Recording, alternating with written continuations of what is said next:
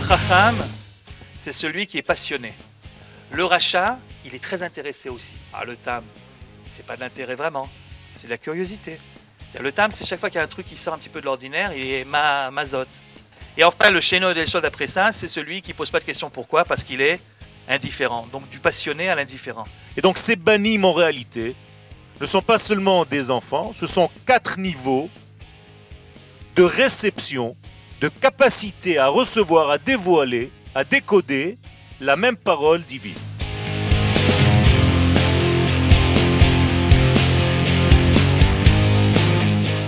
Tous les acteurs de la Haggadah sont à l'intérieur d'un seul et même être.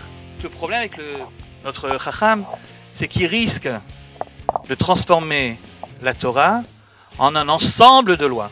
Et la vérité, celui qui prend la Torah pour un ensemble de lois, il transforme la Torah en religion. Il faut comprendre qu'en réalité, la Torah n'est pas étrangère à nous, mais elle est en nous. Et ça, il faut faire le travail avec le rachat pour lui répondre.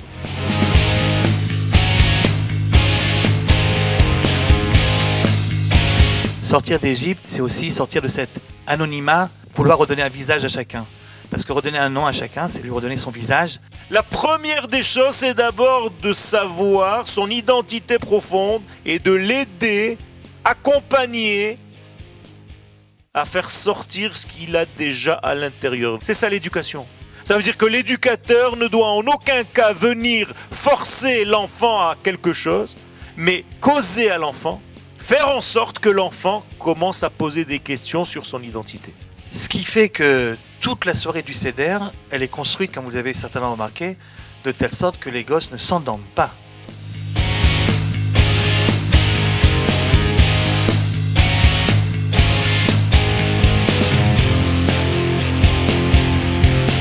Et beaucoup de gens vont se poser la question, mais quand est-ce que c'est la Géoula?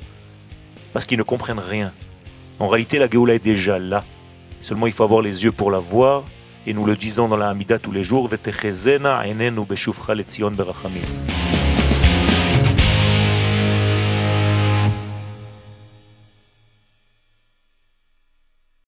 Bezrat Hashem, aujourd'hui, nous allons donc essayer de développer un thème qui unifie les notions d'éducation, de chinour, avec le thème de Pessah. Et s'il y a un lien avec l'éducation dans cette fête-là. Alors je donne la parole au Rav. Donc il y a plusieurs mitzvot pour Pessah, mais il y a une mitzvah qui est de Horaïta encore aujourd'hui, ça c'est sûr d'après tout le monde. Il y a une mitzvah qui est vraiment Minatora. Les autres, il y en a, on ne sait pas trop si c'est encore Minatora ou pas, mais il y en a une qui est vraiment Minatora. C'est laquelle? Veigadeta levincha, exactement. C'est le fait de... On est donc obligé, une mitzvah tassée, chaque année, une fois par an, chaque papa, chaque maman doit obligatoirement se transformer en éducateur, en prof, et doit enseigner à son fils. Vigata levincha bayom ma'ulemo. Alors, en fait, tout le Seder de Pessah, c'est pour l'enfant. Tout le Seder de Pessah, c'est pour l'enfant. Parce que, puisque Dieu il a décidé de ne pas refaire une sortie d'Égypte tous les lundis et jeudis, alors il a fait ça une fois, et ceux qui ont eu le privilège d'y assister, ils ont donc le devoir de le transmettre. Et ensuite, ceux qui l'ont reçu, ils ont le devoir de le transmettre à leur tour, etc. Et donc nous avons le devoir de le transmettre à nos enfants. C'est l'essentiel, c'est le écart de la fête de Pessah. D'où l'angoisse. D'où l'angoisse. Parce qu'imaginez qu'on a préparé la fête comme il se doit, c'est-à-dire 30 jours avant, on a commencé à en parler, puis on a commencé à nettoyer un peu partout dans les coins et tout ça. Imaginez l'angoisse des parents si, au moment où le Seder arrive, et le père, il se lève, et puis tout le monde est autour de la grande table, et puis alors à ce moment-là, il prend son verre de vin, il remplit le premier verre, comme c'est écrit, Mazgulo Kos Rishon, et puis il dit Savri Maranan, bien fait, et il commence à faire le kidouche, et à la deuxième phrase, il y a les gosses qui s'endorment. C'est-à-dire que tout ce qu'on a fait depuis un mois, c'est raté. C'est-à-dire que la grande mitzvah de Vigata Levincha, inapplicable. Tout le monde s'endort. C'est ce qu'on appelle passer au vert. Passe au vert complètement. Complètement, nachon. Bien fait. Et alors à ce moment-là, et à ce moment-là, il n'y a plus grand-chose à faire, quoi. Ce qui fait que toute la soirée du Seder, elle est construite, comme vous avez certainement remarqué, de telle sorte que les gosses ne s'endorment pas. Et la vérité, toute la Haggadah de Pessah, c'est un grand sefer pédagogique, didactique, pour faire en sorte que les gosses ne s'endorment pas. Évidemment, il y a quelques messages à faire passer aussi, parce que s'ils ne s'endorment pas, mais tu ne fais pas passer le message, ça ne sert pas à grand-chose. Mais tous les messages que tu fais passer, tu dois les faire passer de telle sorte qu'ils ne s'endorment pas. Et alors, c'est très intéressant en fait d'étudier toute la Haggadah de Pessah en tant que livre de pédagogie, de didactique, et de voir quels sont les grands thèmes ou les grands trucs de pédagogie qui sont utilisés pendant le Seder de Pessah. Et en fait, ils y sont pratiquement tous. Depuis l'idée très connue que si le gosse ne pose pas la question, il retiendra que 20% de ce que tu lui racontes, tandis que s'il pose la question avant, il pourra retenir 80%, c'est ce que je crois les éducateurs disent aujourd'hui, c'est les statistiques. Et donc, autant susciter les questions des gosses, et donc tout le tralala qu'on fait pour que les gosses posent des questions, et qu'ils se demandent ce qui se passe, Manishtana, etc. Ils disent Manishtana, vous connaissez la blague de Pessah, la connue. Vous savez que l'ordre de la discipline, c'est pas exactement le grand fort chez le peuple juif. On a d'autres qualités, mais ça pas vraiment. Ce qui fait que le seul soir de l'année où il y a un seder, tout le monde demande Manishtana. Qu'est-ce qui s'est passé? Et donc, les gosses sont là, ils posent donc la question, qu'est-ce qui se passe? Et puis ensuite, il y a d'autres trucs pédagogiques que vous connaissez. La hamchacha, c'est au lieu de faire des grands discours philosophiques, eh bien, tu leur montres ce que c'est dans la pratique. Et tu leur montres, par exemple, au lieu de parler de Pessah, Matzah ou Maror, tu leur montres, il y a un plateau. Pessah, Matzah, Maror. Nos frères d'origine séfarade, non seulement ils ont le plateau, mais en plus ils le passent sur la tête, histoire que tout le monde comprenne bien de quoi il s'agit. Nos frères d'origine ashkénaze, qui n'ont pas besoin de tout ça, ils se contentent de le regarder, n'est-ce pas? Ça c'est intellectuel, on n'a pas besoin de... Mais etc. Et ça continue comme ça. Je ne sais pas si vous connaissez, moi j'ai connu des gens qui... c'est pas si rare que ça d'ailleurs, des gens qui prennent un petit baluchon, vous en connaissez? Qui prennent un petit baluchon et qui se mettent à tourner autour du truc. Kacha, Yatsu Avotenu Mitzraim, etc. Comment ça se passe avec les diplés? Là aussi, au lieu de faire une grande conférence sur les diplés, qu'est-ce que font nos frères d'origine séfarade? Alors nos frères d'origine séfarade... Tu as le verre de vin d'un côté, tu as l'eau de l'autre côté, tu as la bassine au milieu, Dam, Svadea, Kinim, etc., etc. Alors que nos frères d'origine ashkénaze, ils disent haram pour le verre de vin. Ils prennent le petit doigt. Vous avez déjà vu ça? Ils prennent le petit doigt et ils font Dam, Svadea. Et ben ouais, quoi, on va pas. Une fois, j'étais invité chez un juif d'origine marocaine. Je ne sais plus si c'était à Garges, à Sarcelles, le Zocher, un juif d'origine marocaine. Il a fait le coup de la bassine. Et après, au lieu de faire comme tout le monde, c'est-à-dire de le jeter dans les toilettes, je ne sais pas quoi, non, il a ouvert la porte de la fenêtre. Là, il a passé à l'ashkénaze. Il a ouvert la fenêtre, et puis il a balancé la bassine. Il a balancé la bassine de l'autre côté. Je lui ai dit, mais on est au 5e étage, il est 10h30. Il me dit, le minhag, c'est le minhag. J'ai le minhag. Le minhag, c'est le minhag, mais je sais pas. C'est ce qui est écrit, c'est écrit. Shlach hamatra el hagoyim. Voilà. J'ai dit, mais... J'ai le minhag, mais peut-être chez toi au Maroc, c'était comme ça parce que c'était au rez-de-chaussée, je sais pas. Il dit, le minhag, c'est le minhag. Je parle pas de la ficomane, etc. En fait, tout ce qu'on fait le soir du Seder, c'est uniquement pour faire en sorte que les gosses, ils dorment pas. Même le côté de pourquoi est-ce qu'on trempe 2 fois? Vous savez, le carpas, on le trempe une fois dans l'eau salée, et puis après on trempe encore l'histoire de Haroset, machin. Donc on pose la question pourquoi est-ce qu'on trempe 2 fois? Et c'est quoi la réponse? Pourquoi on trempe dans l'eau salée? Pourquoi on trempe le carpas dans l'eau salée? Parce que les larmes des Bnei Israël. Mais ça, à mon avis, c'est ce qu'on a rajouté après. La véritable question pourquoi on trempe dans l'eau salée, c'est pour que les gosses disent pourquoi papa tu trempes dans l'eau salée. C'est ça la véritable question. Il n'y a pas vraiment de réponse à ça, c'est juste toi qui poses la question, c'est pour engager le... Donc tout le... Ouais, non mais c'est vrai, tout le soir du Seder, il est là uniquement pour que les gosses ne s'endorment pas. Et alors évidemment viennent nos sages et ils disent, sache qu'il y a 4 genres d'enfants différents, il faut savoir comme nous l'a si bien illustré Shimshon dans cette image qui restera inscrite dans les annales des images de Shimshon. C'est la pub que vous avez vue dans le petit hebdo pour la soirée. Donc vous avez donc quatre enfants, nous disent nos sages. Keneged Arba Banim d'Ibra Torah. Comment ils savent qu'il y avait 4 enfants, nos sages? Ils n'ont pas fait une étude sociologique, puis ils sont arrivés à la conclusion qu'il y a 4 enfants, hein, parce que sinon ils auraient pu en trouver 10, 15. C'est pas qu'il y a 4 enfants dans l'âme Israël. C'est Keneged Arba Banim d'Ibra Torah. La Torah, elle parle des 4 enfants. La Torah, elle parle des 4 enfants. C'est-à-dire qu'ils sont amusés, en fait. Qu'est-ce qu'ils ont fait, nos sages? Ils ont pris le livre, le Chumash, ils ont feuilleté le Chumash, et ils sont aperçus qu'il y avait 4 versets qui commençaient plus ou moins tous de la même façon. Lorsqu'un jour, ton fils te posera la question suivante, 2 points, puis ils sont arrivés au passouk suivant, ils ont vu qu'il y avait donc des questions différentes. Ils se sont dit, puisqu'il y a des questions différentes, certainement qu'il y a 4 genres d'enfants différents. Donc la vérité, ce petit passage des 4 enfants, ce petit passage est censé être une sorte de comment dirais-je, on a tout simplement pris les différents versets, les 4 versets qui sont éparpillés dans le Chumash, on les a mis ensemble dans une seule passage, ça nous évite d'aller chercher dans le texte, et on a tout rassemblé ici. Voilà donc les 4 enfants de la Haggadah, qui sont en fait les 4 enfants de la Torah, les questions et les réponses qui ont été reprises dans le texte de la Haggadah. Mais comme vous le savez, c'est pas vrai. C'est pas vrai.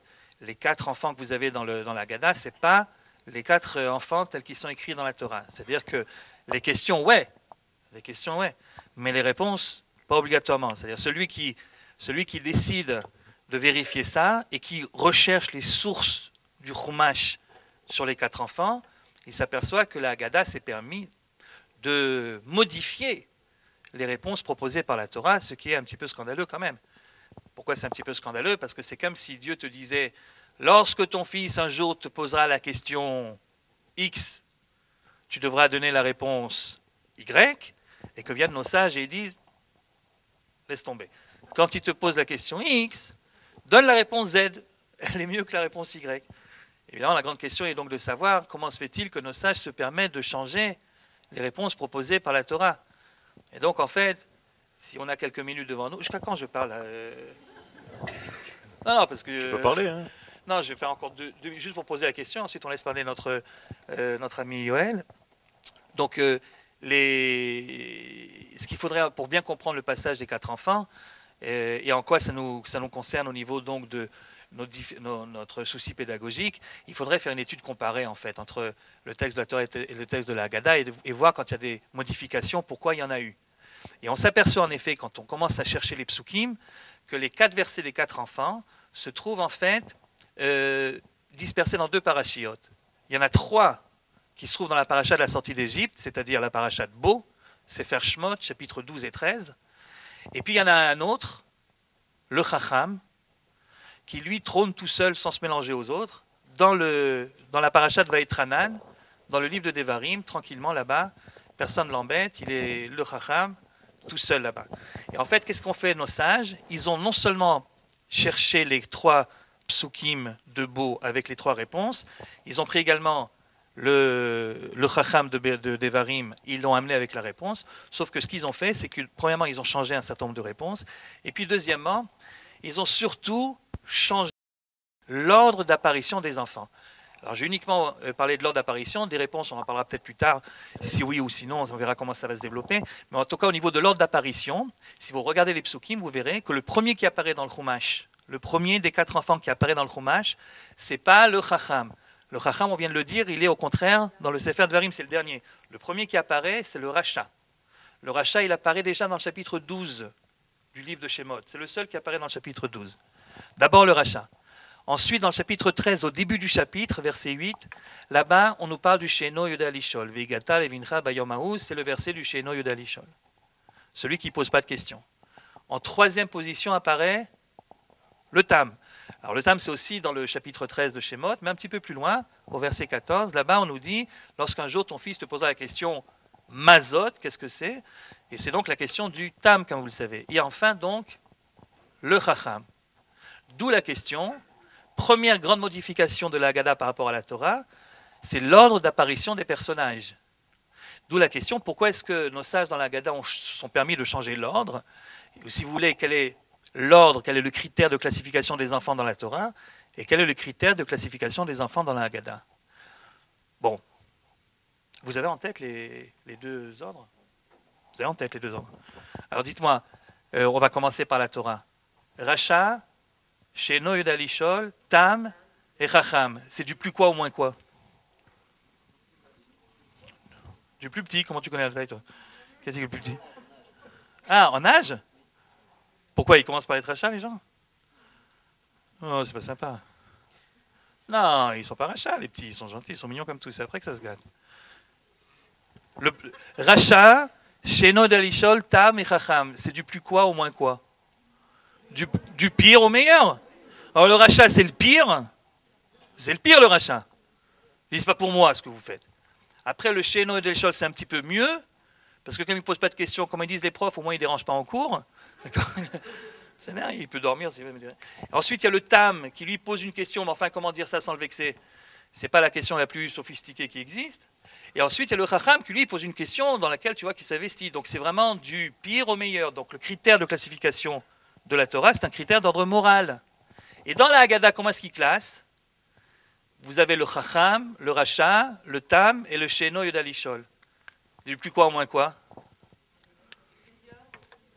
Non, ça va être du meilleur au pire, ça aurait été le contraire du classement précédent. Alors, du plus intelligent au plus stupide, ça voudrait dire que le Sheno Dalishol, il est stupide. Je ne suis pas persuadé qu'il ne pose pas de questions parce qu'il ne comprend rien. Et je ne suis pas non plus persuadé que le Racha, il est plus stupide que le Chacham. Absolument, jeune homme. C'est du plus intéressé au moins intéressé. Le Chacham, c'est celui qui est passionné. D'ailleurs, tu vois, les questions, c'est de plus en plus court. Et si la longueur d'une question elle est révélatrice de quelque chose, c'est qu'elle est sans doute révélatrice de l'intérêt que porte l'enfant, le questionneur. C'est la question du Chacham, il est passionné. Le Racha, il est très intéressé aussi. Évidemment, c'est pour pouvoir dire que ce n'est pas pour lui. Mais si tu veux savoir, si tu veux pouvoir argumenter que ce n'est pas pour toi, il faut d'abord que tu entendes de quoi tu parles. Le Tam, ce n'est pas de l'intérêt vraiment, c'est de la curiosité. Le Tam, c'est chaque fois qu'il y a un truc qui sort un petit peu de l'ordinaire, il est mazot. Mais dans le mazot qu'il pose, ce n'est pas obligatoirement le seder qui le dérange. C'est chaque fois quelque chose qui change. Tu lui racontais une histoire de Harry Potter aussi, il aurait dit mazot. C'est pas dès qu'il y a quelque chose qui le dérange un petit, qui change un petit peu de son ordinaire, de son quotidien, il dit mazot. Il est curieux. Et enfin, le Sheno Dalishol après ça, c'est celui qui ne pose pas de question. Pourquoi? Parce qu'il est indifférent. Donc du passionné à l'indifférent. Et la grande question est de savoir pourquoi est-ce que la Haggadah a changé l'ordre de la Torah. Et la réponse, tout simplement, c'est que le but, la fonction du livre de la Torah n'est pas la même que la fonction du livre de la Haggadah. La Haggadah, c'est comme on vient de le dire, un livre de pédagogie. Et donc ce qui intéresse la Haggadah, c'est ce qui intéresse tout prof quand il rentre, quand il ouvre la salle de classe, c'est-à-dire non pas qui est bon, qui est mauvais, mais comment faire pour capter l'attention de mes élèves et qu'ils ne s'endorment pas comme la semaine dernière en cours. C'est ça le problème du prof. Et le prof, lui, ce qui l'intéresse, c'est qui s'intéresse pas. Et comme la Haggadah, c'est un livre de pédagogie, le critère est d'ordre pédagogique. Alors que la Torah, qui est un livre de morale, parce que la Torah, depuis Bereshit jusqu'à la fin, c'est uniquement un livre qui vient te dire qu'est-ce qui est bien, qu'est-ce qui est mal. Soit il te raconte ça de manière ilchatique, ça tu as le droit de faire, ça tu n'as pas le droit de faire. Soit il te raconte ça de manière avec des récits. Ah, Moshe, il a tué l'Égyptien, de là tu déduis qu'il faut être courageux. Mais c'est toujours quelque chose où il y a une morale derrière. Le livre de la Torah, c'est un livre de morale. Et comme c'est un livre de morale, le critère de classification des enfants, évidemment, c'est un critère d'ordre moral. Cette distinction entre la Torah et la Haggadah nous permettra tout à l'heure de comprendre lorsqu'il y a des différences, pourquoi il y a des différences. C'est-à-dire, c'est pas qu'il y a une marloquette, c'est pas qu'il y a une discussion, une opposition entre la Torah et la Haggadah.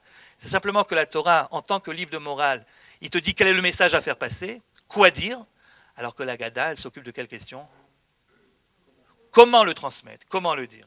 Après, tout le truc, c'est d'essayer de voir en quoi est-ce que les réponses de la Haggadah, lorsqu'elles diffèrent des réponses de la Torah, en quoi, dans le fond, elles ne diffèrent pas, mais elles essaient simplement de traduire le message de la Torah dans un langage que l'enfant pourra comprendre. On essaierait de voir ça tout à l'heure. Je vais essayer, Bezrat Hashem, de rentrer dans le côté intérieur de la Haggadah, survolé, bien entendu, pour essayer de compléter ce que vient de dire le Rav Eli. En fait, lorsque la Torah nous parle des Arba'a Banim, Keneged Arba'a Banim Dibra Torah, il faut d'abord comprendre qu'Akadosh Baruch Hu a un souci, en tant qu'éducateur, c'est qu'il nous a donné une Torah qui parle au niveau de l'homme. Et c'est pour ça que Keneged Arba'a Banim Dibra Torah, la Torah a la capacité de se mettre, de se placer au niveau de celui qui la reçoit. Et apparemment, il y a 4 degrés de réception de cette Torah. C'est ce que les sages nous disent. Nous avons le Pshat, le Remez, le Drash et le Sod, le Pardes. Ça veut dire qu'il y a 4 lectures du même texte. Il y a 4 lectures de la même Torah. Akadosh Baruch Hu apparaît dans ce monde selon la capacité du monde de le contenir. Et donc ces banim en réalité ne sont pas seulement des enfants, ce sont 4 niveaux de réception, de capacité à recevoir, à dévoiler, à décoder la même parole divine. Donc ce qui descend de l'unité se divise immédiatement en 4 escaliers, en 4 étapes. Ce sont bien entendu les 4 lettres du nom de Dieu. Ça veut dire qu'il y a 4 étapes pour arriver à un ustensile, un contenant. Et ces 4 étapes descendent selon les lettres. Le Yud, le He, puis le Vav, puis le He. Et ce sont en réalité ces 4 enfants. Ça veut dire qu'il y a dans le principe de l'éducation, et donc Pessah, c'est en réalité amener la vie. Sach, en valeur numérique, c'est la vie, Chaim. Amener la vie par le verbe, P. Mais les sages nous disent que P, c'est un ustensile de dévoilement. Malchut P, Torah Shebe'al P, Karinan La. C'est-à-dire que la bouche qui dévoile la vie. Donc je traduis P, Sach, la bouche qui dévoile la vie. À l'inverse de par O, qui est P, Ra, la bouche qui éloigne la vie.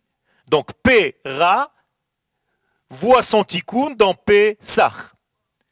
Et en réalité, cet ustensile-là, qui est la capacité à l'homme d'être ici, de recevoir, eh bien nous on a appelé ce texte-là, les sages ont appelé ce texte-là Haggadah.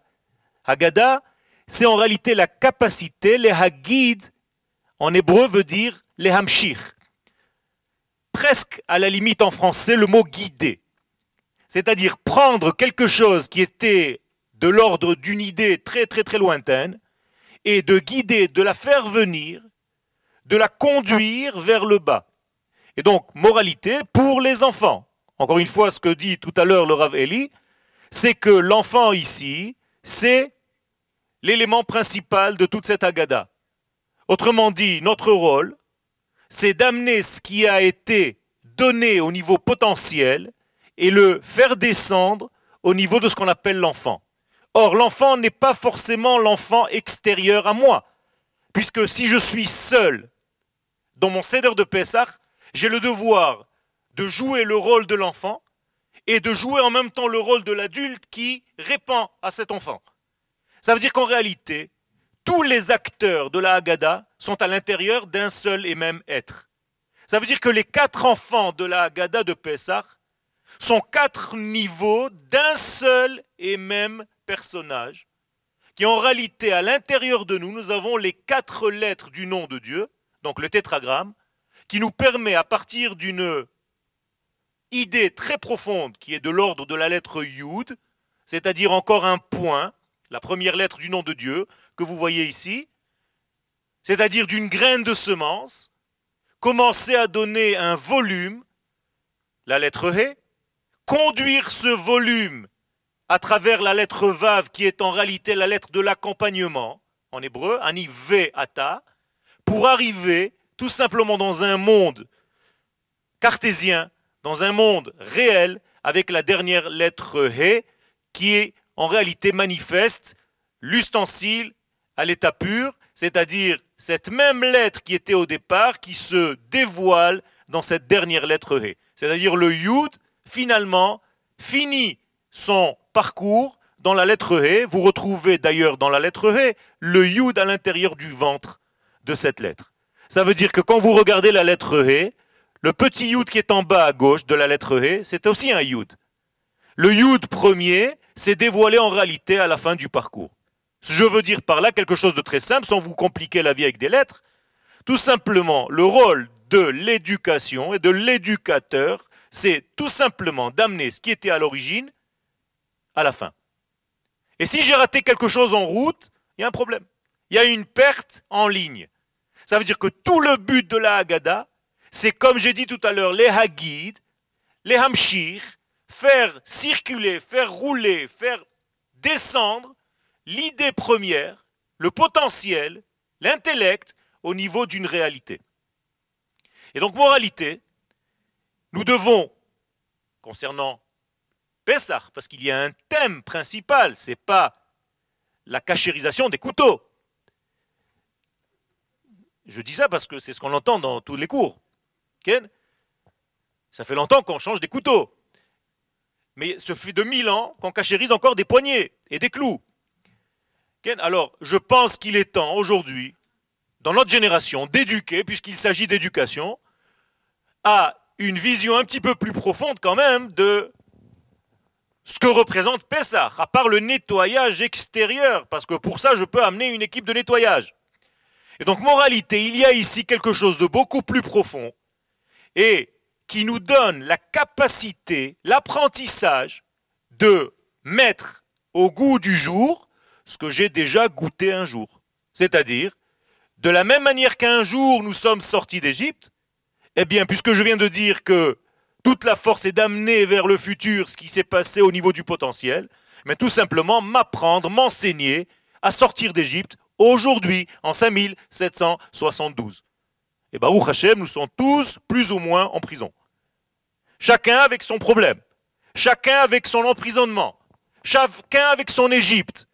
Et donc toute l'éducation ne consiste pas à raconter une histoire du passé, mais comme le dit la Haggadah, Chayav Adam lirot et atzmo keiluhu. Et les harot et atzmo, faire montrer, faire un gestuel, pour montrer qu'en réalité, il ne s'agit pas de quelqu'un, de ton arrière-arrière-arrière-grand-père seulement. Il s'agit de toi et de ton fils de demain. Ce n'est pas par hasard qu'à toutes les générations, même la Haggadah elle-même est en train de changer. Elle évolue. Donc ne vous bagarrez pas dans cette thérapie de groupe le soir de Pessah, où toutes les familles sont réunies pour des bagarres. Ce n'est pas marqué dans ma Haggadah. Tu as une Haggadah des Dalton, moi j'ai une autre Haggadah. Tagada, tagada. Ça veut dire, peu importe le texte qu'il va lire, en réalité, il n'y a pas de halakha précise dans ce texte-là. Il y a des gens qui lisent dans un texte qui est un petit peu plus au niveau... J'ai rien dit. Dites-lui que je ne suis pas là. Et de savoir en réalité traduire, cristalliser toute cette idée dans le temps moderne d'aujourd'hui. Donc, moralité, nous avons 4 degrés. Le chacham va recevoir selon sa chokhma. Donc, chacham lefi chokhmato. Et donc, quelle est la capacité du chacham? Eh bien, de la même manière qu'Akadosh Baruch Hu, lui, a tout créé avec la sagesse, donc avec la chokhma. Donc, le chacham, c'est quoi? Kulam bechokhma asita. C'est-à-dire, c'est celui qui est capable de ne pas laisser l'idée en tant qu'idée, mais de l'amener vers la réalité. Et c'est ça le chacham. Et ce n'est pas par hasard que le chacham se trouve dans le livre de Dvarim. Maintenant, vous comprenez pourquoi? Parce que le livre de Dvarim, c'est une Torah qui a déjà trouvé une adresse, c'est-à-dire la terre d'Israël. Ce n'est pas une Torah du désert. Alors que tous les 3 autres sont encore au niveau du potentiel sorti d'Égypte, ils n'ont pas encore de direction claire dans leur tête. Donc, comment traduire le mot chacham en hébreu? Mais c'est tout simplement celui qui est capable de transformer une idée en acte. Ça, c'est la chokhma. Et Akadosh Baruch Hu, c'est ce qu'il fait, c'est le champion du monde. Kulam bechokhma asita. Toi, Akadosh Baruch Hu, tu sais prendre une idée et en faire quelque chose de réel. La preuve, tu as créé le monde. Donc, moralité, Akadosh Baruch Hu est en train de parler au monde, est en train de parler à l'homme selon les 4 degrés de son être, selon les 4 degrés, selon les 4 étages de chacun de nous. Et donc, le chacham, à l'intérieur de nous, nous avons tous un chacham. À l'intérieur de nous, nous avons tous un rachat. À l'intérieur de nous, nous avons tous un tam.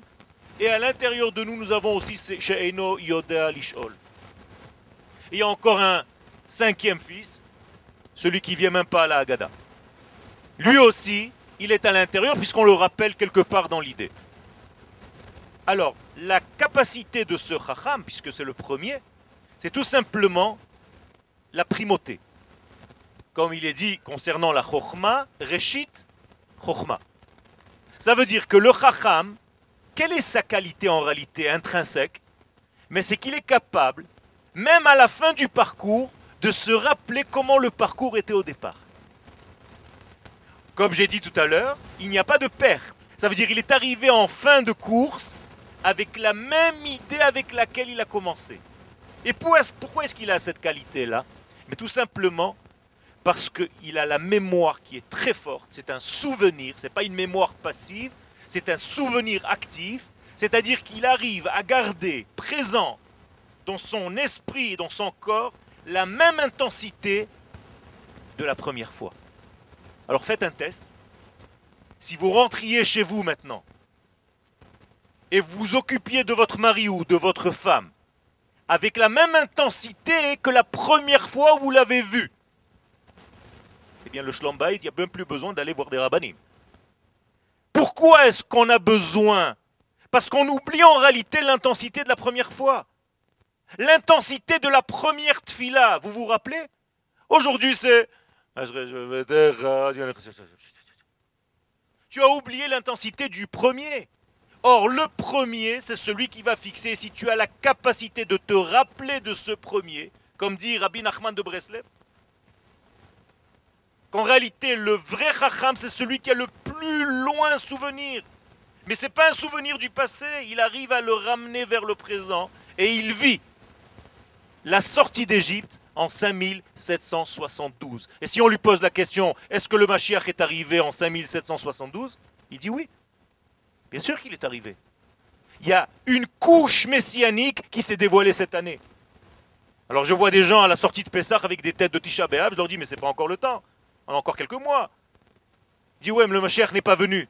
Je dis tu n'as rien compris. Le Mashiach est venu dans sa couche de cette année, spécifique à cette année. C'est-à-dire qu'Akadosh Baruch Hu a dévoilé dans le monde encore un degré de ce messianisme. Et donc, moralité, la question que le sage pose, ce n'est pas une question Ma edot ve'achukim ve'amishpatim asher tziva Hashem etrem. C'est pas qu'il se sort lui, parce qu'en réalité, apparemment, ça ressemble au rachat, sa question. Mais en réalité, lui, c'est une question rhétorique. Ça veut dire qu'il se pose la question, comment est-ce possible que vous vous posez la question de savoir s'il faut faire les mitzvot et les chukim qu'Akadosh Baruch Hu nous a ordonnés? Et s'il n'avait pas ordonné, vous n'avez pas compris que c'est quelque chose qui est en nous. Vous n'avez pas compris que c'est notre nature, alors vous n'avez rien compris. C'est-à-dire le Chacham est en train de se moquer. Il est en train de se dire, vous avez besoin de la Torah pour l'appliquer? Moi, j'ai compris intuitivement cette Torah. J'ai même pas besoin de la Torah pour l'appliquer. Pourquoi? Parce que je vis au degré du premier souvenir. Et donc, je sais exactement ce qu'il y a dans la lettre Yud. Donc, Yud s'appelle Chokhma. Et c'est pour ça que je ne l'oublie jamais. Tout le long du chemin, j'ai toujours ce souvenir actif. Donc, j'ai même pas besoin d'être ordonné, de faire quelque chose. C'est intuitif, c'est naturel chez moi. Comme Avraham Avinu qui faisait Pessah avant que Pessah n'existe. Et donc lui, il est complètement naturel. Pourquoi il est naturel? Mais parce que tout simplement, il est lié à la vie. Les kabbalistes nous disent que Chokhma, la qualité de Chokhma, c'est la vie. C'est Chaya. Ve'achokhma techayet be'alea, dit Shlomo HaMelech. Ça veut dire que celui qui vit au degré de la Chokhma est en train de vivre au degré de la vie. Donc pour lui, Pessah n'est pas un phénomène intellectuel, mais un phénomène de vie. Et en réalité, il corrige quoi? La faute du premier homme. La faute du premier homme, c'était quoi? C'était tout simplement de rentrer à l'université avant d'étudier, avant de vivre. Pourquoi? Au lieu de goûter de l'arbre de la vie, qui lui était autorisé, puisqu'il est écrit « Mikol et sagan achol tochel », y compris, tu peux manger même de l'arbre de la vie. Et lui, qu'est-ce qu'il va manger? De l'arbre de la connaissance. Bien, mal. Autrement dit, il préfère son intellect, sa logique, son mode cartésien à la vie. Il pense, donc il est. Alors que le judaïsme, c'est exactement l'inverse. Tu es, donc tu penses. Et donc en réalité, ça c'est la vie. Ça veut dire qu'il fallait toucher d'abord à l'arbre de la vie avant de commencer à toucher à l'arbre intellectuel de l'homme. Et ça, c'est la correction de Adam Arishon. Et c'est pour ça que le Harizal, pour corriger tout ça, nous a écrit un livre qui s'appelle Etz Chaim. C'est-à-dire regoûter, remanger maintenant de l'arbre de la vie. Il est grand temps de rentrer à la maison. Moralité, si vous restez encore dans l'arbre de la connaissance du bien et du mal, vous êtes toujours dans un mélange de bien et de mal. Ça veut dire que toute votre Torah, c'est une Torah de halachot, kasher, tamé, pasoul, tahor, et ainsi de suite. C'est-à-dire 8 degrés, moutar et assour, c'est devenu en fait un livre de loi. Vous êtes des avocats un petit peu plus améliorés.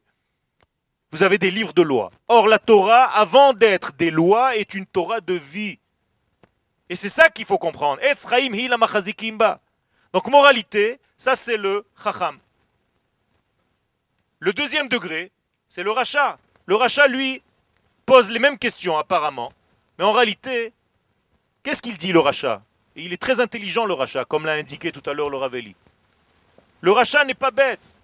Il dit, écoutez-moi, moi si toute cette Torah que vous me dites, c'est une Torah qui est extérieure à moi, c'est-à-dire qu'un Dieu céleste est venu me donner des lois qui ne sont pas les miennes et qui m'obligent à faire des choses sans me demander mon avis, c'est-à-dire j'y suis pour rien, je suis un robot en réalité de cet être supérieur. Moi ça ne m'intéresse pas une Torah comme ça. Et en réalité il a raison quelque part. Il faut comprendre qu'en réalité la Torah n'est pas étrangère à nous, mais elle est en nous. Et ça il faut faire le travail avec le rachat pour lui répondre. Moralité, celui qui va venir dans les générations à venir, il ne peut plus être rachat parce qu'on a posé toutes les questions possibles et imaginables. Donc lorsque le rachat pose sa question et qu'on lui a répondu, en réalité on a répondu à toutes les formes de réchaïm de toutes les générations. Ça veut dire qu'on a toutes les réponses pour ne pas devenir rachat. Et donc lui, si c'est quelqu'un d'extérieur qui m'ordonne à faire des choses, ça ne m'intéresse pas, donc il est en train de se sortir de tout ce lien. Le fichier minakla, kafar baïka. Moralité, le rachat, c'est tout simplement un égoïste qui ne veut pas comprendre que les choses font partie de lui-même. Le rachat, ce sont les initiales du mot Ratzon Shel Atzmo, c'est-à-dire il ne pense qu'à lui. Vient le tam, celui qui, nous traduisons par le simplet, en réalité ce n'est pas complètement un simple. Tam veut dire en hébreu entier.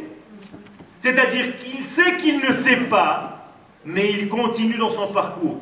Il sait qu'il ne comprend pas encore le cheminement, mais il avance. Il a encore des questions, mais il avance. Tais-toi et marche. En marchant, tu peux te poser les questions. Par contre, celui qui ne pose plus de questions, c'est celui qui en réalité ne comprend même pas le sujet. Quand on comprend un sujet, on commence à poser des questions, c'est pour ça que le rachat est complètement dans le sujet. Mais chez Eino Yodea Lishol, c'est pas qu'il ne veut pas chez Eino Rotse Lishol. Il aurait bien voulu poser une question, mais quand tu ne comprends pas le sujet, tu ne peux même pas définir la question que tu poses. Selon la question d'un élève, le Rav peut savoir si c'est un sot ou si c'est un Talmid Chacham, puisque dans la question, la réponse déjà existe. Et toutes ces questions et toutes ces réponses, c'est quoi? C'est un jeu? Mais tout simplement, c'est l'éducation. Permettre à un élève de poser une question, c'est tout simplement fabriquer chez lui un ustensile, un réceptacle pour recevoir la réponse. C'est ça, poser une question. Donc en réalité, qu'est-ce qui se passe le soir de Pessah? Manishtana, vous avez tous l'habitude de traduire. Qu'est-ce qu'il y a de nouveau cette soirée-là? Il y a les kabbalistes qui disent non. Ma, deux points. Nishtana halayla azeh. Traduction, la notion de ma, qui est la notion de Adam, de l'être, puisque ma est en valeur numérique Adam, 45. C'est la même valeur numérique que le mot Géoula. Autrement dit, quand tu te poses la question ma, eh bien, Nishtana halayla azeh. Qu'est-ce que ça veut dire Nishtana? C'est pas il a changé. En hébreu, Nishtana, c'est qu'il recommence comme Mishnah. C'est-à-dire, la question recommence à être posée le soir de Pessah. Tu n'es pas en train de poser une question, tu es en train de donner une réalité. Ma, sachez-le, le ma, le fameux ma, il recommence à laïla hazeh mikol alilot. Donc pose-toi des questions ce soir-là, parce que c'est avec les questions que tu crées en réalité un ustensile. Quelqu'un qui pose une question, comme a dit le Rav, plus la question est longue, plus on voit la capacité à l'homme de recevoir une réponse. Sa question est intelligente. Donc il construit un ustensile, un vase, un contenant. Et selon ce contenant, il est en train en réalité d'inviter la réponse, la teshuva. Donc la teshuva existe déjà, mais il faut un contenant pour la dévoiler. Et c'est ça la force. Et c'est pour ça qu'il faut lui ouvrir la bouche pour lui enseigner à poser des questions, parce qu'en réalité, il s'agit ici de toute cette éducation. Chutz Laaretz, il y a 2 soirs du Seder. On l'a déjà oublié. Enfin, moi, j'ai déjà oublié. On s'habitue vite à un seul soir. Au début, on pense qu'on ne va pas y arriver. Finalement, on s'habitue très vite. Mais il y a quand même un avantage avec les 2 soirs du Seder. C'est quand, comme moi, on a 2 grands-pères. Un qui vient d'Algérie et un qui est alsacien, et que les 2 sont invités à la maison. Le fait d'avoir 2 soirs du Seder, ça permet de régler le problème. Il y en a un qui prend le premier soir, l'autre qui prend le deuxième soir. Nous sommes au courant. Normalement, je vois qu'il y a des connaisseurs. Normalement. Maintenant, je vais vous dire ce qui se passait le soir du Seder. Bon, c'était le premier soir, c'était le soir du grand-père Ashkenaz. Bon.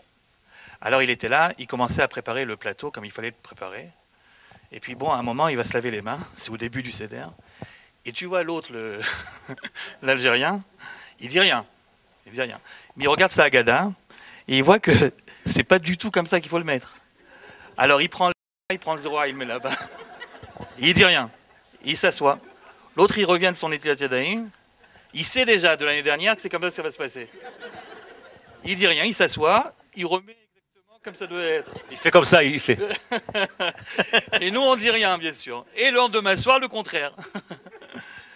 À propos de ce qu'il disait sur le Chacham et la différence entre le Etz Hadat et le Etz Hachaim, je crois que en effet, c'est l'essentiel de la question et de la réponse qu'on donne au Chacham. Le Chacham, il a demandé Ma ha'edot hachukim v'amishpatim asher tziva Hashem Elokeinu etrem. C'est-à-dire en français, je vais traduire ça en français le plus proche possible de la réalité, la version originale. Quelles sont les lois et les lois et les lois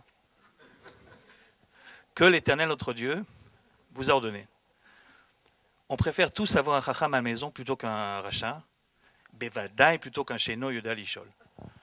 Parce que qu'est-ce qu'un prof il préfère avoir en classe, un rachat ou un sheno yodal ishol?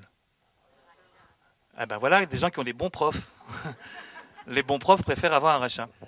Parce que au moins avec le rachat, tu peux parler, quoi. Ouais, ça met de l'ambiance. Tandis que le sheno yodal ishol, comme on a dit tout à l'heure, bon ben. Aujourd'hui, on fabrique des tamim. Chez Noyo del Ishol. Chez Noyo del Ishol, ouais. On leur donne à manger quelque chose, ils sont calmes. Et voilà, c'est vrai, on leur donne des trucs. Il y en a plein, ouais.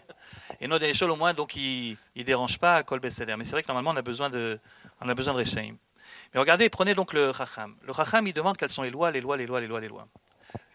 Et donc, on est tout content qu'on ait un garçon qui est motivé pour l'étude de la Halacha, pour l'étude des dinim, pour la Gemara, etc. Bétar. Alors, qu'est-ce que la Torah elle dit qu'il faut répondre au Chacham? La réponse que la Torah propose. Donc nous sommes dans le livre de Devarim, et le Chacham il dit Ma'edot, Achukim, Mishpatim, Asher Tziva, Hashem Elokeinu etrem. Pasuk d'après, il faut lui répondre. Une longue réponse. Premièrement, Avadim Aïnou les Pharaons Mitzraïm. On était esclaves de Pharaon en Égypte. Ouais, mais ça je le sais, quoi. C'est-à-dire, moi ce que je voulais savoir, c'est des lois. Toi tu me dis qu'on était esclaves de chez Pharaon en Égypte, mais ça je l'ai appris au Gan. Bon, on va attendre la suite, ça va peut-être s'arranger. Donc, Avadim Aïnou les Pharaons Mitzraïm, Veyotzienu Hashem mi Mitzraïm biat razaka. Sans blague. Et Dieu nous a sortis avec une main forte.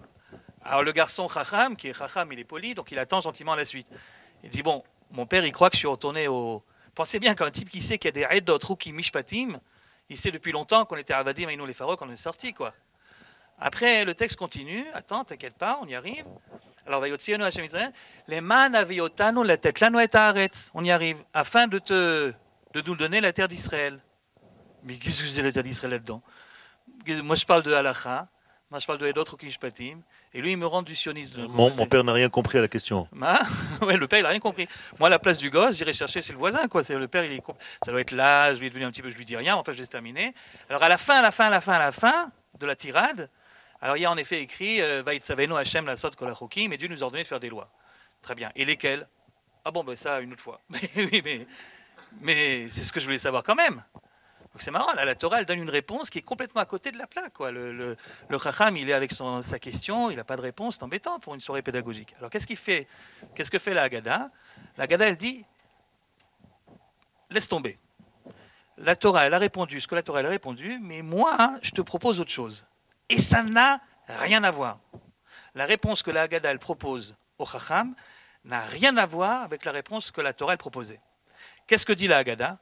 Ve'afata emorlo kilchot à Pesach. Donne-lui une halakha de Pesach. Quelle halakha? En maftirin achar Pesach afikoman. Parmi les centaines, je crois, de halakhot qui existent au sujet de Pesach, il y en a une qui existait à l'époque du Korban Pesach. Le Korban Pesach, vous savez, on l'amenait donc la veille, quoi, à midi et demi. Midi et demi, on apportait le Korban. Que se passe-t-on? Non, c'est bon. Ça va? Donc on amenait le Korban Pesach qui devait être à peu près midi et demi. Et puis après, la partie de ce qu'on devait consommer, on le consommait quand? Le soir du Seder. Et donc la Halacha nous dit, le soir du Seder, quand tu vas manger ton Korban Pesach, sache qu'après tu ne manges plus de dessert. En maftirin, l'aftir c'est terminé, clôturé. On ne le termine pas. Achara Pesach, après avoir mangé du Korban Pesach, on ne prend pas de dessert. Afikoman, ça doit être dessert. Donc on ne prend pas de dessert après le Korban Pesach. Est-ce que cette réponse, elle est mieux que la réponse proposée par la Torah? Oui et non. C'est-à-dire oui, parce que le gosse, il voulait une halakha, ou il voulait des halachot. C'est ça qui l'intéresse. Tu vas donner une halakha. C'est bon. Non, parce que parmi toutes les halachot, qu'est-ce que tu lui as trouvé? On ne termine pas, on ne prend pas de dessert après le Korban Pesach. C'est qu'aujourd'hui, en souvenir de cette halakha, on n'a pas de Korban Pesach, on n'a pas de Beth Amikdash, mais les Juifs ont de l'imagination. Alors, qu'est-ce qu'on fait? On prend une matzah, un bout de matzah, on dit, ça c'est le Korban Pesach, on mange donc ça à la fin, on appelle ça fikoman, genre dessert, et après on ne mange plus rien en souvenir de la halakha qui était que, bon, très bien, on a l'habitude de faire ce genre de choses, de faire des... mais il faut bien. Bon, la situation n'est pas idéale, et on fait avec ce qu'on a. Bien. Très bien. Mais pourquoi justement cette halakha t'as choisi? Lui, il a demandé Maha'edot, Tachukim, Vamishpati, mais toi, tu m'as pris juste, on ne prend pas de dessert après le Korban Pesach, Mazé Kacho.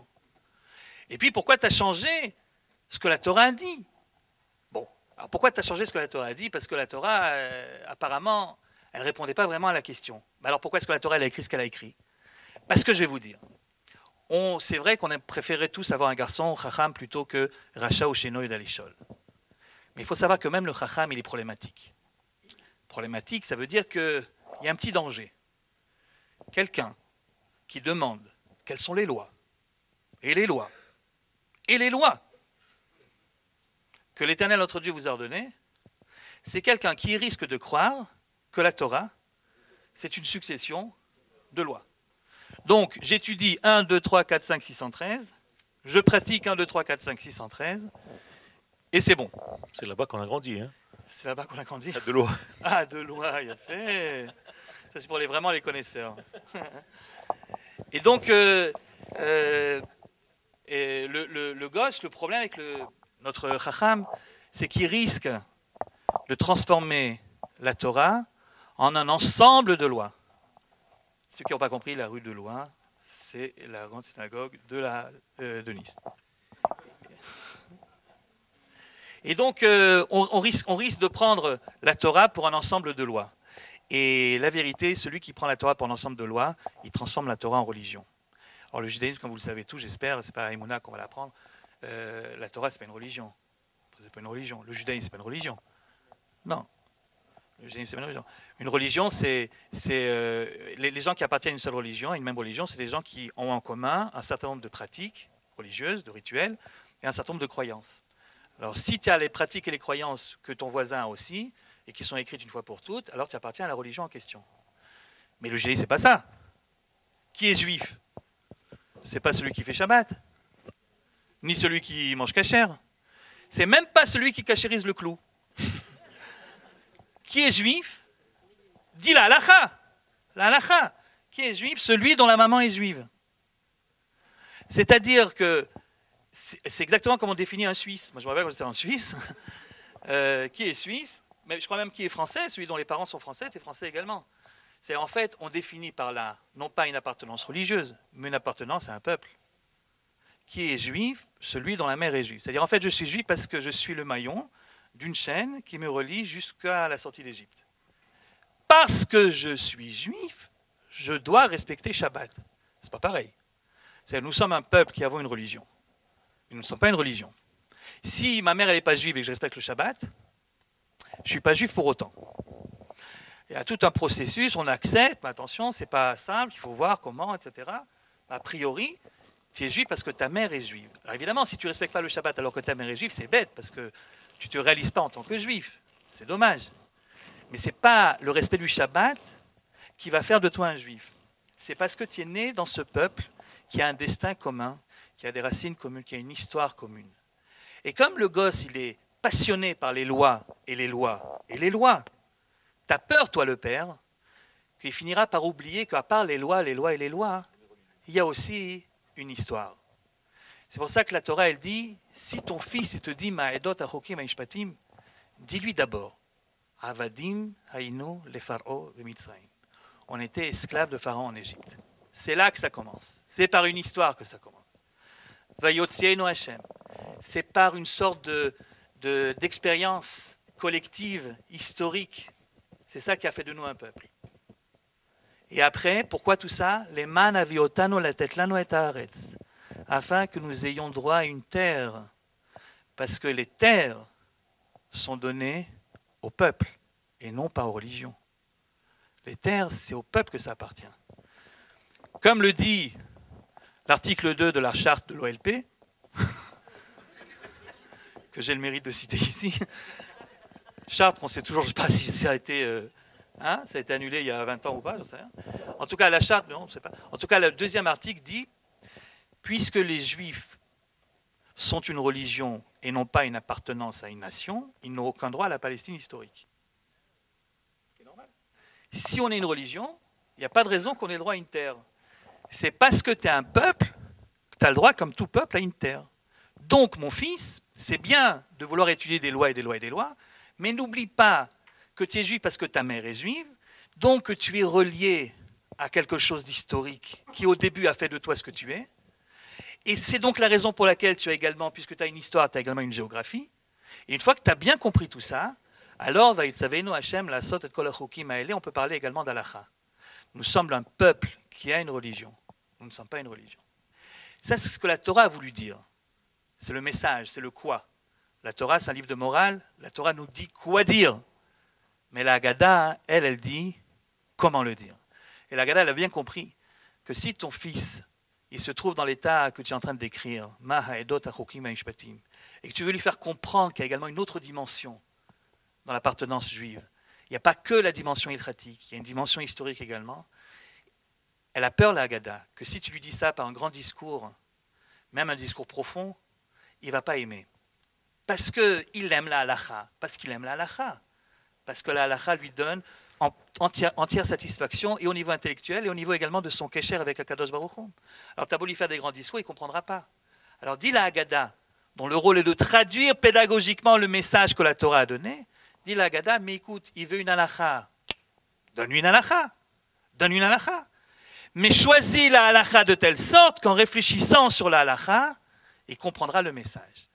Et alors, parmi toutes les halakhot qui existent, je te propose celle-ci. On ne mange pas de dessert après avoir mangé du Korban Pessah le soir du Seder. Ton gosse qui n'est pas bête, puisqu'il est chacham, il viendra te dire, mais papa, pourquoi? Et à ce moment-là, tu lui diras, mais t'as qu'à voir, mon fils est écrit dans la Gemara, et dans les commentaires, dans Rav Pesachim, le 10e chapitre de Pessah. Alors il regarde le 10e chapitre de Pesachim, et il constate qu'en effet, la raison pour laquelle on ne mange pas de dessert après le Korban Pessah, c'est pour que quand tu ailles te coucher, après le soir du Seder, le goût du Korban Pessah, tu l'as encore. Et à ce moment-là, ton fils qui est chacham, il revient te dire, mais papa, parmi tout ce qu'on a mangé le soir du Seder, c'est tout ce que tu as trouvé pour me garder le goût? On a pris du charoset, on a pris du maror, on a pris 4 verres de vin, on a pris des matzot, et puis on a bien mangé. Franchement, pourquoi justement, pourquoi pas sur la matzah, pourquoi pas sur le maror, pourquoi pas sur le charoset, pourquoi sur le Korban Pessah? Et alors à ce moment-là, tu lui diras, eh ben je vais t'expliquer pourquoi. Prends le chumash et vois à quel moment on parle du Korban Pessah. On te raconte, pendant 2 parachiotes, Vaera, Bo, on te raconte les 10 plaies d'Égypte. Mais c'est pas vrai, on te raconte les 9 plaies d'Égypte. Et une fois que les 9 plaies d'Égypte arrivent, l'une après l'autre, l'une après l'autre, l'une après l'autre, tout d'un coup, le récit s'arrête. Et la 10e, on ne te la raconte pas. Et entre la 9e et la 10e, on te dit, et maintenant, vous allez prendre un agneau, vous allez l'égorger, vous allez mettre le sang de l'agneau sur les portes, et après on verra pour la 10e plaie. D'un air de dire, jusqu'à présent, tout ça c'était bien joli, mais ça concernait qui? Ça concernait le bras de fer entre Pharaon et Dieu par l'intermédiaire de Moshe. Et le peuple dans tout ça. Le peuple, il compte les points. Il sort le matin et il se dit, waouh, t'as pas vu ce qui se passe? Non, qu'est-ce qu'il y a? Des grenouilles, des grenouilles. Bravo! Des grenouilles, la grêle. Mais oui, ils font rien. Et alors au bout de la 9e plaie, avant la 10e qui va être déterminante, Dieu dit à son peuple, et maintenant, si vous voulez sortir d'Égypte, si vous voulez être juif, si vous voulez faire partie de la nation d'Israël, vous allez faire quelque chose de très pratique. Vous allez prendre part à votre propre destin. Vous allez prendre le dieu égyptien, vous allez le tuer, vous allez montrer que vous êtes courageux. Vous allez mettre le sang du dieu égyptien sur vos portes. Celui qui fait ça, il sort. Celui qui ne fait pas ça, il ne sort pas. Tu comprends pourquoi tu dois garder le goût du Corban Pessar dans la bouche? Parce que c'est le message le plus important. Pour être juif, il faut savoir non seulement étudier la halachot, il faut également être capable de prendre part à son propre destin. Celui qui ne prend pas part à son propre destin, il restera quelque part dans l'Égypte, dans son Égypte, dans l'Égypte des nations, dans l'Égypte de l'exil, mais il ne pourra pas réellement faire partie du peuple qui est en marche et qui commence son histoire. Voilà pourquoi la Haggadah a choisi de parler de la ficomane, qui est en fait rien d'autre que la traduction pédagogique du message que la Torah voulait donner. Concernant le niveau premier, qui est le niveau du peuple, puisqu'Akadosh Baruch Hu nous a choisis en tant que peuple, Asher Bachar Banu Mikol Ha'amim, et c'est en tant que peuple que nous avons reçu la Torah. Venatan lanu et Torato. Moralité, comme dit le Rav, ce ne sont pas les mitzvot qui font le juif, ce sont des juifs qui font des mitzvot. On n'a jamais vu des mitzvot fabriquer un juif. Mais le juif fait des mitzvot. Ça veut dire quoi? Ça veut dire tout simplement que 2 étages existent dans le judaïsme. Le premier étage s'appelle la Ségoula. Cette Ségoula, nous l'avons naturellement qui vient du mot naître, c'est-à-dire on naît avec ce degré. Akadosh Baruch Hu a implanté en nous une carte magnétique qui s'appelle Israël. Après que tu sois pratiquant, non pratiquant, c'est autre chose. Mais tu es Israël. Israël afalpi shechata, Israël hu.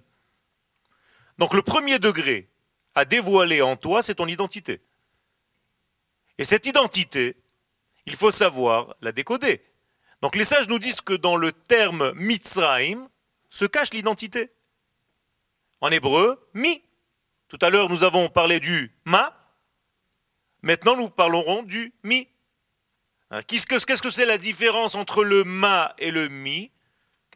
Ma, c'est pour définir quelque chose, mais le mi, c'est beaucoup plus fort, c'est pour définir quelqu'un. Lorsque vous tapez à la porte et qu'on vous dit misé, vous répondez généralement par mazé. C'est-à-dire, un élève tape à la porte du directeur, le directeur lui dit qui est-ce? Il dit je suis l'élève de la 4e machin à gauche. Il dit je t'ai pas demandé qu'est-ce que tu étais, je t'ai demandé qui tu étais. Et c'est ça le problème aujourd'hui. Aujourd'hui on se définit en tant que ce que nous sommes, ce que nous faisons, au lieu de nous définir par ce que nous sommes. Et c'est exactement cette identité qui est en prison. Donc le mot Mitzraïm, c'est l'identité en prison. Mitzraïm. Ça veut dire le mot tsarim en hébreu veut dire prison, tsar, étroitesse. Et qui est dans l'étroitesse? Eh bien le mi. Ce mi-là, si tu ne l'as pas sorti de Mitzraïm, eh bien tu es coincé à l'intérieur de cette Égypte. Et donc, moralité, la sortie d'Égypte, c'est quoi? C'est tout simplement le dévoilement, la libération de l'identité Israël.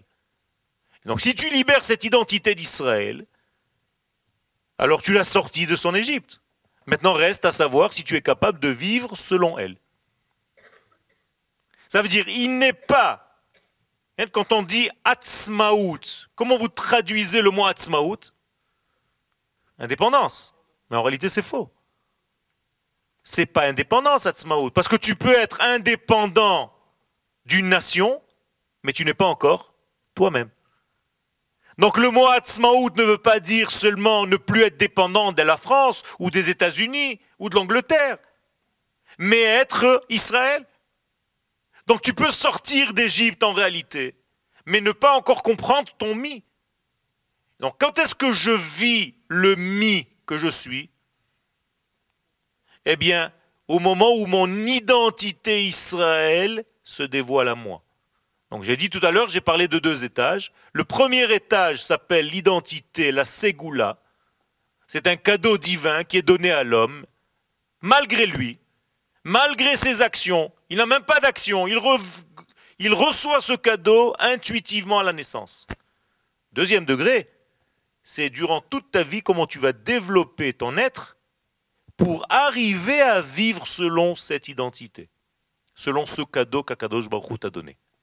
Moralité, il y a 2 degrés dans le judaïsme. Premier degré, c'est le don. Deuxième degré, c'est la réception. Et généralement, nous confondons les deux. Ça veut dire qu'Akadosh Baruch Hu nous a donné la Torah. Oui. Mais qui l'a reçue? Seulement Moshe. Moshe Kibel. Il n'y a pas marqué qu'Israël Kiblou. Israël ont reçu la Torah bien plus tard, dans la fête de la semaine dernière, Purim. Ça veut dire qu'Akadosh Baruch Hu a donné la Torah, mais Israël ne l'a pas encore reçue. Entre le temps où quelqu'un te donne quelque chose et le temps où toi tu le reçois, peut se passer 1000 ans, 50 ans. Ça veut dire que lui a donné, mais toi tu n'es pas encore dans la réception. Alors pour développer le chinour, pour développer l'éducation, eh bien la racine du mot chinour, c'est tout simplement arriver à l'aptitude de mettre en application ce pourquoi tu as été créé. C'est ça le chinour. Donc toute la fête de Pessah, comment vous traduisez le mot éduquer chinour? Mais c'est tout simplement faire marcher l'appareil selon ce fabricant. J'ai été fabriqué, j'ai été placé dans une situation qui s'appelle Israël, dans mon être supérieur. Eh bien, je dois commencer à vivre mon être Israël dans les mondes inférieurs, c'est-à-dire ici-bas. Donc c'est ma capacité à dévoiler ce qui existe déjà en moi. Donc l'éducation n'est pas étrangère à moi, c'est tout simplement permettre à l'enfant de sortir ce qu'il est déjà. Chanoch lana alpidarko. Éduque l'enfant selon ce qu'il a déjà reçu, selon son cadeau divin qui est à l'intérieur de lui. Il ne va pas lui donner des informations, tu commences à lui apprendre des Mishnayot par cœur, tu commences à lui donner plein de choses qui sont en réalité, il ne comprend même pas ce qu'il est en train de faire. La première des choses, c'est d'abord de savoir son identité profonde et de l'aider, accompagner à faire sortir ce qu'il a déjà à l'intérieur. Tout est à l'intérieur déjà de l'être. Donc éduquer quelqu'un, c'est ne pas lui donner un savoir superficiel, mais c'est de faire sortir le savoir intérieur de sa capacité qu'Akadosh Baruch Hu a implantée dans sa carte magnétique. C'est tout. C'est ça l'éducation. Ça veut dire que l'éducateur ne doit en aucun cas venir forcer l'enfant à quelque chose, mais causer à l'enfant, faire en sorte que l'enfant commence à poser des questions sur son identité. Et au moment où l'enfant commence à poser des questions sur son identité, eh bien, il commence à jouer le rôle pour lequel il a été fabriqué. Et c'est pour ça qu'on peut éduquer n'importe quoi dans ce monde. On peut éduquer une synagogue. Ça s'appelle Chanoukat Bet Knesset. On peut éduquer une maison. Ça s'appelle Chanoukat Abayit. On peut éduquer des vêtements pour les Kohanim. Ça veut dire quoi donc éduquer? C'est donner à cet élément la fonction pour laquelle il a été créé. Donc comment on fait un Chanoukat Bet Knesset? En faisant une prière. Tu commences à faire mincha avec minyan, tu fais Chanoukat Bet Knesset. Comment tu donnes un chinour à un vêtement? Eh bien, pour la première fois, ce vêtement va jouer le rôle pour lequel il a été fabriqué. C'est-à-dire, il va servir le prêtre dans le Bet Amikdash. Donc, tu as fait Chanoukat Abgadim. Comment tu fais pour éduquer une maison? Eh bien, au moment où tu rentres dans la maison, tu vas éduquer la maison, ce pourquoi elle a été créée. Pourquoi elle a été créée cette maison? Eh bien, pour lui donner la couleur, donc toi, à la Hanouka de Baï, tu vas commencer déjà à mettre en fonctionnement, tu vas appuyer sur le bouton pour la première fois dans la vie de cette maison. Et c'est comme ça qu'on fait le chinour. Donc éduquer un enfant, c'est tout simplement faire marcher, appuyer sur le bouton marche de ce qu'il a déjà à l'intérieur de lui, de ce qu'il a reçu déjà intuitivement, d'une manière gratuite par Akadosh Baruch Hu, c'est-à-dire sa Neshama Israël. Donc c'est sa maman qui lui a donné cette Neshama par filiation. Donc il appartient d'abord à une nation. Et donc c'est quelque chose qui vient d'en haut et pas quelque chose qui est fabriqué par l'homme. Car la religion, c'est une fabrication humaine. Alors que la Torah, c'est une fabrication divine. Donc la différence entre tous ces degrés-là, et c'est ça le rôle de Pessah, c'est de comprendre que ce n'est pas moi, par mes actes, qui fait les choses, mais qu'Akadosh Baruch Hu, par son degré supérieur, descend vers nous. Donc quand j'entends des gens qui montent vers Dieu, ça me fait très peur. Il faut tout simplement laisser Akadosh Baruch Hu descendre et ouvrir, s'ouvrir, écouter, être à l'écoute de l'intériorité de ce que nous sommes et laisser Akadosh Baruch Hu passer, ne pas le déranger, surtout. C'est tout. Et c'est exactement pour ça qu'il ne faut pas que les enfants s'endorment. Parce que s'endormir, c'est tout simplement perdre son identité. Dans le langage des kabbalistes, c'est perdre ses mochines. C'est perdre en réalité son intériorité. C'est perdre son degré 50 qui est au-delà du temps et de l'espace. Car mi est en valeur numérique 50. Quand tu as perdu ton 50, eh bien tu restes dans le 49, c'est-à-dire tu es un homme de la nature d'ici-bas, 7x7. Mais tu ne peux pas monter. Alors que lorsque tu gagnes ton 50, eh bien tu ne peux pas te perdre. Ton identité, elle est bien réelle. Et tu sais qu'en réalité, Akadosh Baruch Hu nous a choisis de parmi les nations pour nous donner cette loi de vie, pour dévoiler en réalité son royaume sur terre. Donc on ne peut pas s'endormir. Celui qui s'endort, c'est que ça ne l'intéresse pas. Et donc un conseil, ne vous fatiguez pas à enlever de la poussière qui n'est pas du Hametz, ou à gratter encore 3 mm de votre mur, vous allez bientôt arriver chez le voisin. Ça ne sert à rien.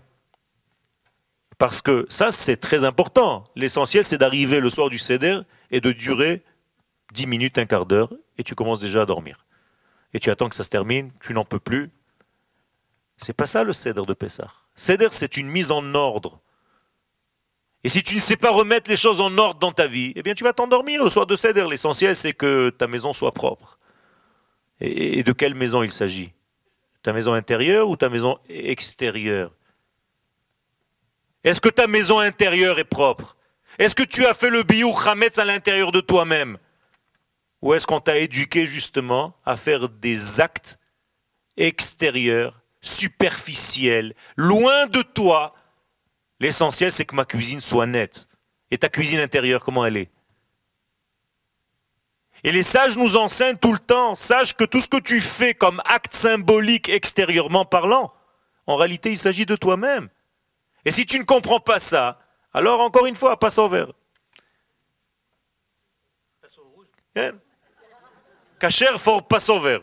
C'est kacher, mais tu passes à travers. C'est-à-dire que tu n'as rien compris à la fête. Et d'ailleurs, c'est exactement la même chose pour toutes les fêtes. Ça veut dire que Purim, ça va devenir un déguisement. Tu ne sais même pas l'essentiel de Purim. Car chaque fête arrive avec son inverse, c'est-à-dire avec son écorce, avec sa clipa. Purim est arrivé avec sa clipa Amalek. Sans détruire le Amalek, tu ne peux pas vivre Purim. Eh bien, Pessah aussi arrive avec sa clipa, Mitzrayim. Et si tu ne sais pas sortir de cette clipa, eh bien ton Pessah, c'est encore une fois un rituel. Des petites bagarres ici, là, mon magada, ton truc, ton machin, ma galette, c'est ta galette, ta galoute. Ça veut dire, ça devient des.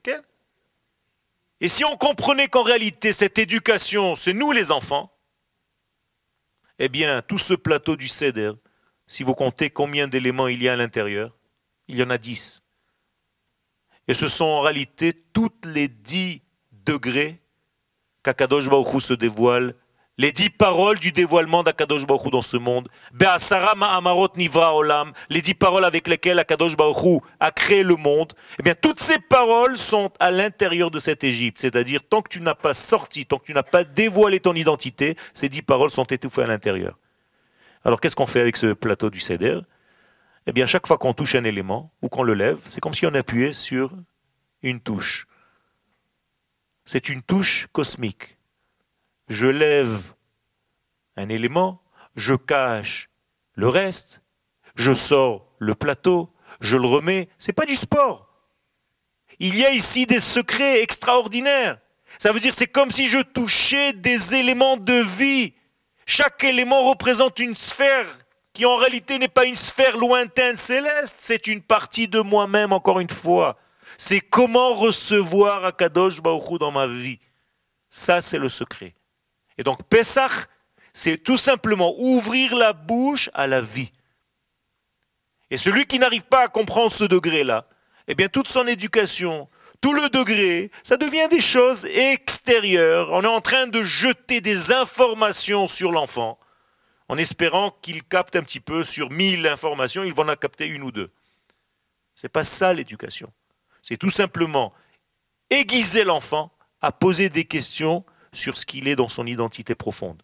Donc lorsqu'il pose des questions qui sont apparemment lointaines, moi ce qui m'intéresse c'est l'intellectuel, jouer avec le pouce, on lui dit d'abord, sache que tu es une nation, sache que tu es une vie, sache que tu es un peuple, et c'est en tant que peuple que nous sommes sortis d'Égypte. Donc reste avec cette mémoire, avec ce souvenir actif, et ne commence pas à créer, même du judaïsme, faire une religion. Parce que ça, on sait comment ça s'est terminé il y a 2000 ans.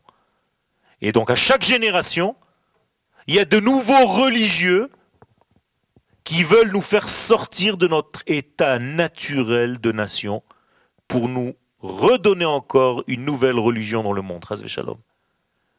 Et donc on n'a pas le droit de fabriquer de nouvelles choses. Nous sommes des prophètes. Nous avons arrêté d'écrire le Tanakh pour une seule raison. Pourquoi le Tanakh, on a arrêté de l'écrire? Il y a 24 livres, pourquoi on a arrêté de les écrire? Le Tanakh, c'est l'histoire du peuple. Une seule réponse. Il n'y a plus de prophètes. Ça veut dire qu'on n'invente rien de nous-mêmes.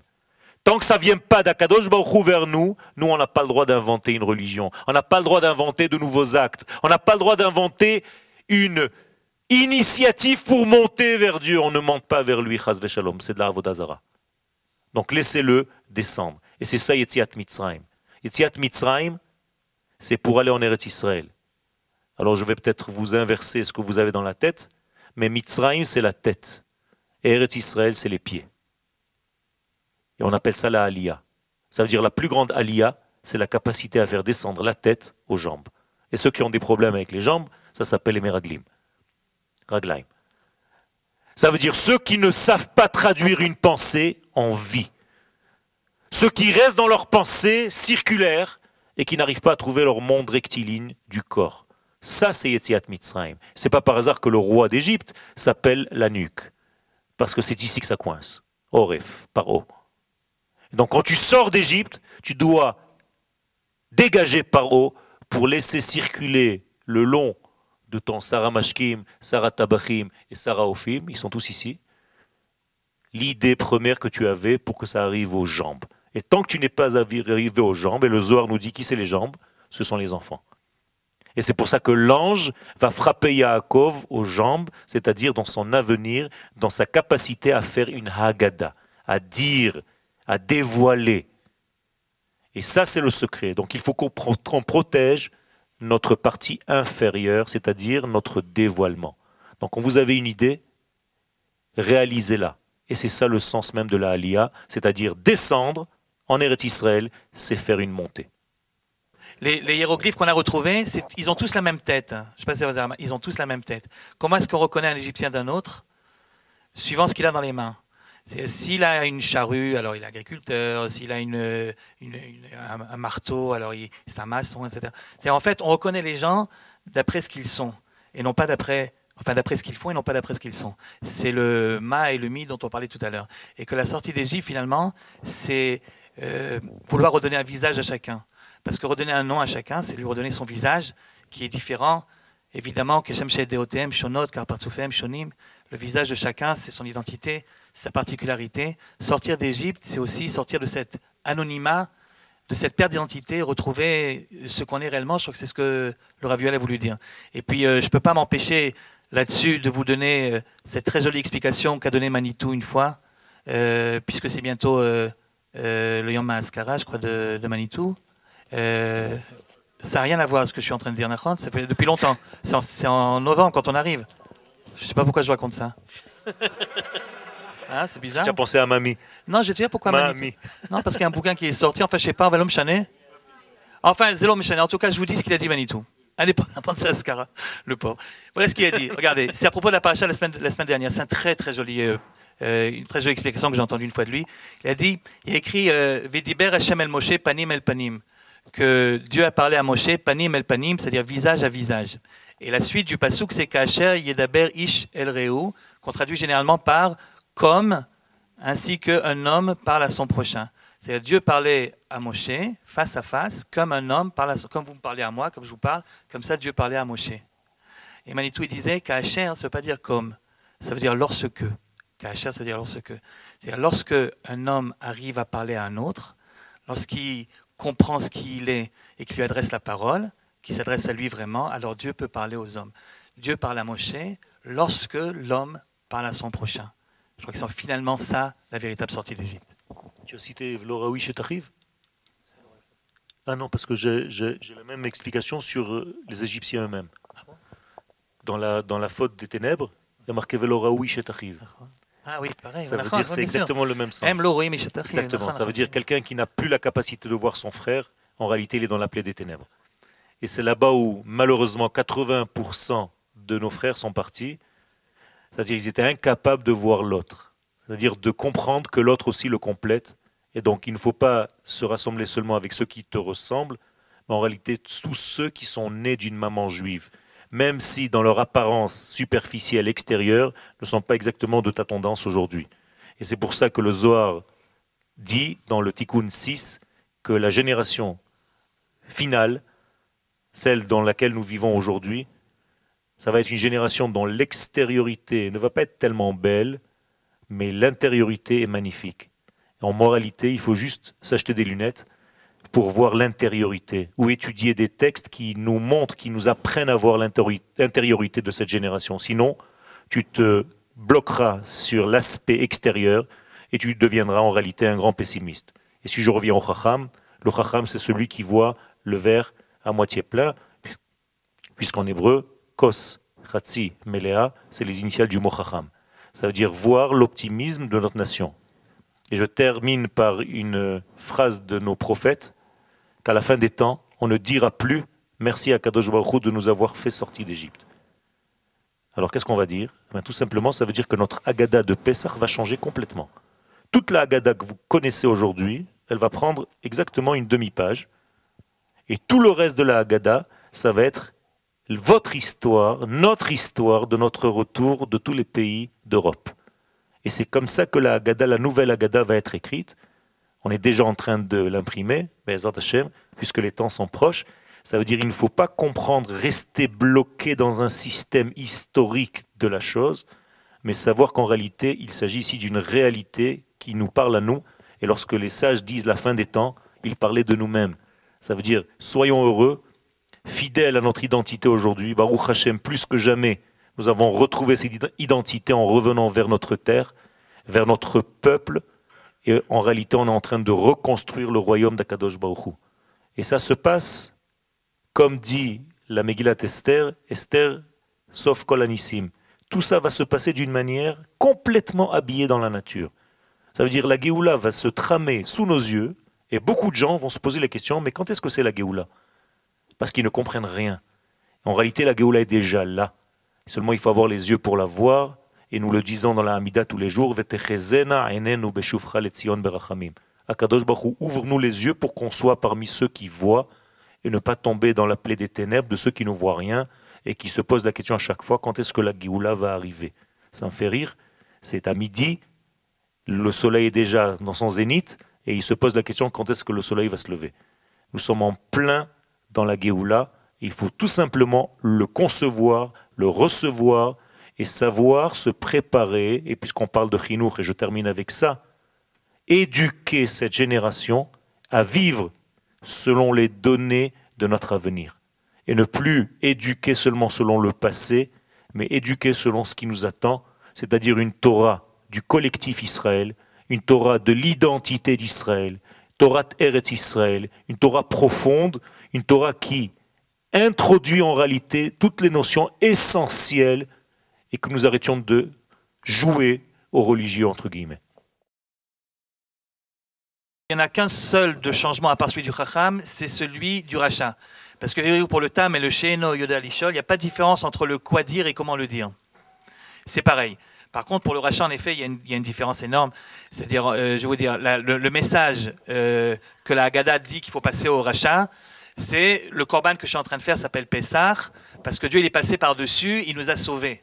Il a sauvé ceux qui ont fait le korban Pessah. C'est pour ça que ça va Martem Zevar Pessah ou Lachem Asher Pessah. Ce que la Torah propose de répondre. C'est le message à faire passer. Un bonhomme qui dit Ma avoda azot lachem, à quelqu'un qui veut être juif, mais sans faire la avoda, il faut répondre si tu ne fais pas la avoda, si tu ne fais pas le travail qu'il faut, eh bien finalement tu ne sors pas d'Égypte. Parce que tu ne mets pas le sang là où il faut et Dieu il ne passera pas au-dessus de ta maison. C'est ce que la Torah demande de dire. La Haggadah, elle traduit simplement ça dans un message pédagogique que le gosse peut comprendre. Quelqu'un qui pose une question sans vouloir attendre de réponse, quelqu'un qui te dit, qui pose pas la question, mais qui te jette l'interjection au visage. Il pose des réponses. Voilà, il pose des réponses. Ça ne sert à rien de lui dire assis-toi mon fils, je vais t'expliquer, ça s'appelle Pessah. Et donc ce qu'il faut, c'est lui faire passer le message, mais de la manière la plus provocatrice possible, afin qu'il se souvienne de quelque chose. C'est pour ça que la Haggadah dira Liv et Lolo, si toi tu avais été là-bas, je ne serais pas sorti. C'est la même chose que ce que dit la Torah, mais c'est d'une manière telle qu'il y a des chances qu'il en reste quelque chose. Voilà. Pour les deux autres, c'est la même réponse. Le quoi et le comment se rejoignent à ce moment-là.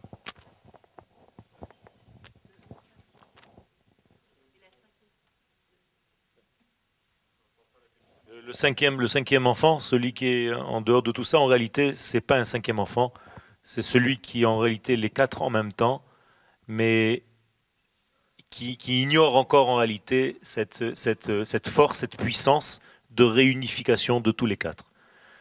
Autrement dit, dans tous ces cas de figure, le rachat joue le rôle le plus dangereux.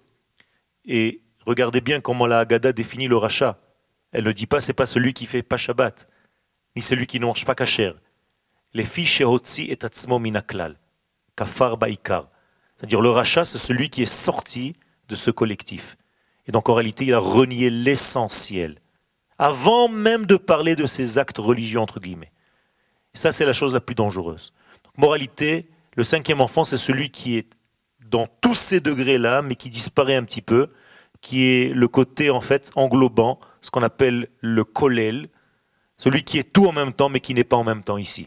Donc c'est quelque chose de très profond, je ne peux pas maintenant développer ça. Je voudrais juste terminer en disant que Shimshon, donc, avec son association Je soutiens Israël Torah, tout ce degré de Torah, donc, il essaye de faire du mieux qu'il peut pour réunir des rabbanim et leur donner une Torah essentielle, essentiellement pour nos frères qui sont en dehors d'Eretz Israël. Donc soutenez son action. Il y a des disques qui coûtent tout simplement 15 shekels, mais vous pouvez les offrir même en tant que cadeau de Pessah à vos proches, même en Chutz La'aretz, avec des thèmes, ce sont des vidéos, donc avec des thèmes que vous pouvez développer au lieu d'essayer de convaincre quelqu'un de sortir cette année d'Égypte, vous pouvez lui envoyer un disque, et bien, Ezrat Hashem, priez pour que nos frères viennent nous rejoindre ici cette année.